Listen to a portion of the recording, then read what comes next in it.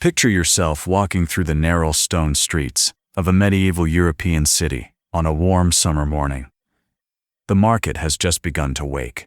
Bakers are pulling fresh loaves from their ovens.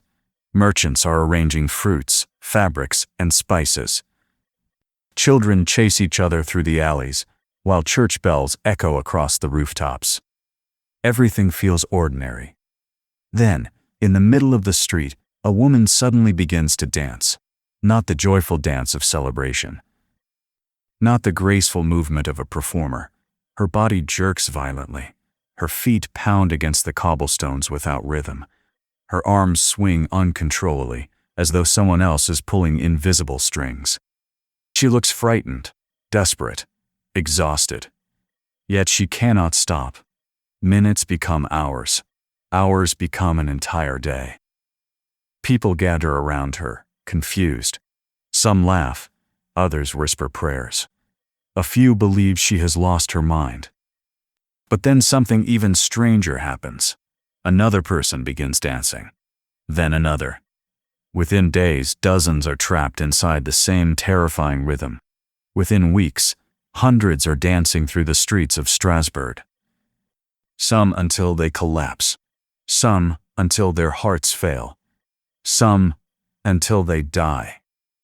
More than 500 years later, historians, psychologists, and doctors still cannot fully explain what happened. This is the story of one of history's strangest and most disturbing mysteries, the dancing plague of 1518. The year was 1518. Europe was already living in fear. Life in the Holy Roman Empire was brutal. Disease spread easily. Crop failures threatened entire communities. Heavy taxes crushed ordinary families. Religious conflict filled people's minds with visions of divine punishment. Life expectancy was short. Hunger was common. Medical knowledge was painfully limited. People believed invisible forces shaped everyday life. Demons, curses, saints, miracles, and divine wrath were accepted as real explanations for events that science could not yet understand. It was into this world that a woman named Frau Trophea stepped into history. Almost nothing is known about her personal life. No diary, no family records, no portrait. Only one unforgettable act. According to contemporary accounts, sometime in July of 1518, she walked into the streets of Strasbourg and began dancing. There was no music, no festival, no celebration, no audience. She simply danced. At first, people assumed she would eventually stop. Instead, she continued hour after hour. Witnesses claimed she danced until her feet bled. She barely slept, she barely ate. Yet somehow, every morning, she resumed dancing. By the fourth day, the impossible became undeniable. Other people had started dancing too.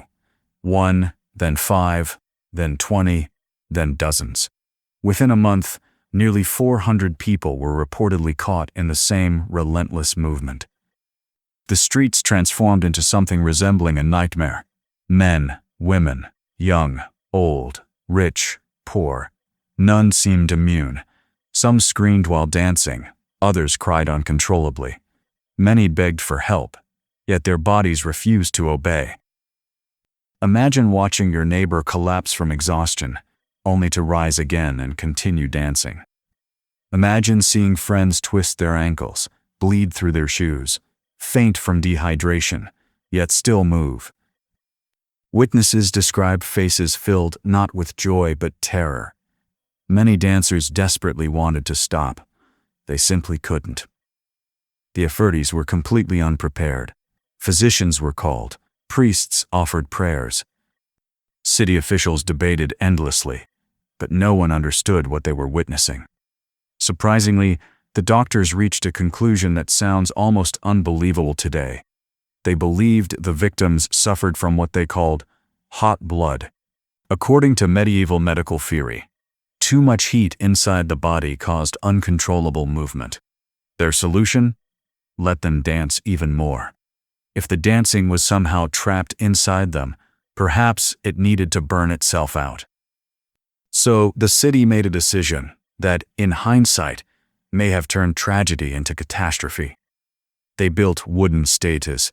They hired musicians. Professional drummers and violinists were brought in.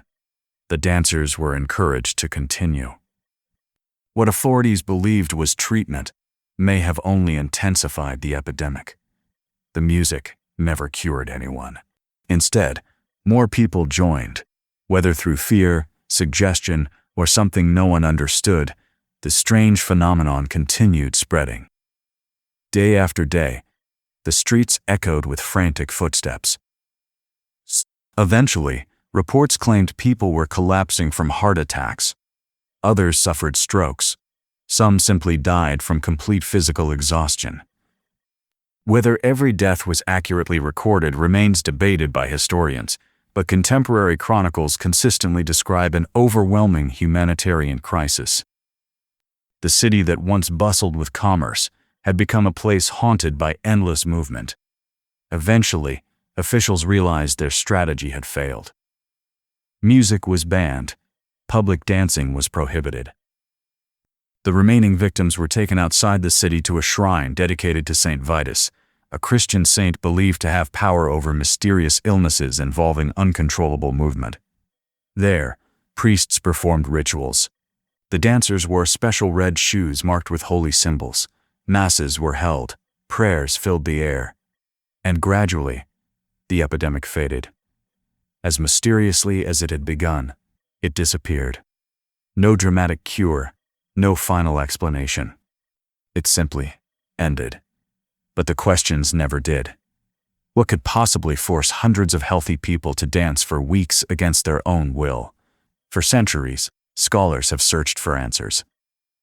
One of the earliest explanations blamed poisoned bread. A fungus called ergot sometimes grows on rye. It contains chemicals that can affect the brain and nervous system. Some researchers suggested that entire communities may have unknowingly eaten contaminated grain, triggering hallucinations and muscle spasms. At first, the idea sounded convincing, but modern scientists found serious problems. Ergot poisoning usually causes violent pain, paralysis, confusion, and severe illness. Victims often cannot walk, let alone dance continuously for days. The symptoms simply don't fit. Another theory looked toward infectious disease. Could an unknown virus have affected the brain? Perhaps. But no evidence has ever identified a disease capable of producing exactly this behavior while spreading in such an unusual pattern. Others suggested neurological disorders. Conditions like Huntington's disease or epilepsy can involve involuntary movements. Yet, they cannot explain why hundreds of unrelated people developed identical symptoms almost simultaneously before suddenly recovering. Then came one of the most fascinating explanations: mass psychogenic illness, sometimes called mass hysteria. The name sounds dramatic, but the science behind it is surprisingly real. Extreme psychological stress can sometimes produce genuine physical symptoms. Entire groups of people have experienced fainting, paralysis, shaking, blindness, or uncontrollable laughter without any detectable physical cause. The symptoms are absolutely real. They are simply generated by the incredible connection between the human brain and body. Imagine living in 16th century Europe. Every harvest could fail. Every illness might kill your family. Every sermon warned of divine punishment. Every strange event seemed like proof that unseen forces controlled human destiny. Fear wasn't occasional. It was constant. Historians note that Strasbourg had recently experienced famine, disease, and economic hardship. People were emotionally exhausted. Collective anxiety had reached extraordinary levels. Could overwhelming stress have triggered the first dancer? Could witnessing others have convinced frightened minds that they too had been cursed? Could expectation itself have spread the condition? Modern psychologists believe this explanation remains one of the strongest possibilities. Not because the people imagined their suffering, but because the human brain is capable of astonishing things when pushed beyond its limits. Yet even this theory leaves uncomfortable questions unanswered. Why dancing? Why not screaming? Why not paralysis? Why did it happen there and then vanish? Some historians believe religious beliefs played an even greater role. Many people genuinely feared Saint Vitus, who was associated in medieval tradition with uncontrollable dancing and convulsions. If an entire community believed they could be cursed, perhaps the belief itself shaped how their minds and bodies responded. Faith, fear, expectation, psychology, all woven together into one extraordinary event. Perhaps the dancing plague wasn't caused by a single explanation. Perhaps it emerged from many forces colliding at exactly the wrong moment. Extreme stress, deep religious belief, social contagion, medical misunderstanding, political uncertainty, a perfect psychological storm. Even today, modern medicine occasionally witnesses mysterious outbreaks that resemble echoes of Strasbourg. Schools where dozens of students suddenly develop identical symptoms without medical explanation. Communities experiencing unexplained fainting spells. Factories where workers report mysterious illnesses that disappear as suddenly as they began. These events remind us that the human mind remains one of the greatest mysteries in science. Our brains shape every thought, every emotion, every movement. Sometimes, under extraordinary circumstances, they can produce extraordinary realities. The dancing plague forces us to confront an unsettling truth. Not every mystery belongs to the distant past. Some mysteries live quietly inside ourselves, inside our fears, our beliefs, our expectations. 5 centuries later, tourists walk peacefully through the streets of Strasbourg. Cars replace horse-drawn wagons. Cafes fill the squares. Children laugh where terrified crowds once gathered. Nothing suggests that this beautiful city witnessed one of history's strangest tragedies. No music echoes through the streets. No endless dancing fills the air. Yet somewhere beneath those ancient stones lies the memory of hundreds of ordinary people trapped inside movements they never chose. History often teaches us about kings, wars, and great inventions. But sometimes, its most unforgettable lessons come from ordinary people facing something they could neither understand nor escape. Perhaps the greatest mystery isn't why they danced. Perhaps it's how fragile the human mind can become when fear, belief, and uncertainty merge into one overwhelming force.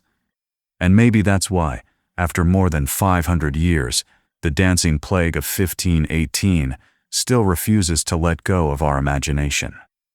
Because it reminds us that the greatest unsolved mysteries are not always hidden inside ancient tombs or distant galaxies. Sometimes, they exist within the human mind itself, and that may be the most unsettling mystery of all. If you enjoyed this journey through history, please take a moment to like this video, share it with fellow history enthusiasts, and subscribe for more fascinating documentaries exploring the world's greatest civilizations, untold stories, and enduring mysteries. Thank you for watching. Until our next journey through time, stay curious.